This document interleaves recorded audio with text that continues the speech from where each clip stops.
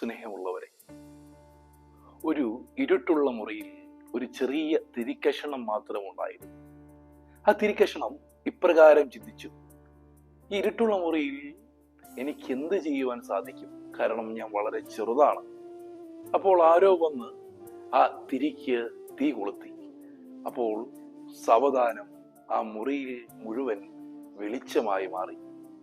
അപ്പോൾ ആ തിരി സ്വയം മന്ത്രിച്ചു: ഞാൻ ചെറുതാണ്, പക്ഷേ എനിക്ക് വെളിച്ചം പകരുവാനായി സാധിക്കും. സ്നേഹമുള്ളവരെ, നമ്മളെല്ലാം കുറവുകളും ബലഹീനതകളും പോരായ്മകളും ഉള്ള മനുഷ്യരാണ്. ഒരുപക്ഷെ നമുക്ക് ഒത്തിരി കഴിവുകളൊന്നും ഉണ്ടായെന്ന് വരത്തില്ല. എന്നിരുന്നാലും മറ്റുള്ളവർക്ക് വെളിച്ചമാകുവാൻ, അനുഗ്രഹമാകുവാൻ നമുക്ക് സാധിക്കും.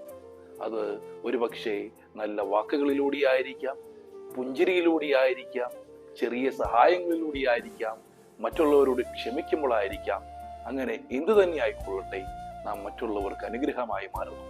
ആ തിരി ഒരാൾ വന്ന് തെളിച്ചപ്പോഴാണ് അവിടെ വെളിച്ചം ഉണ്ടായത്.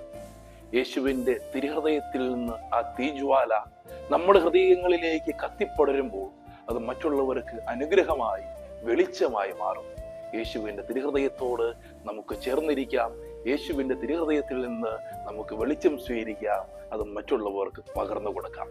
കർത്താവ് അനുഗ്രഹിക്കട്ടെ.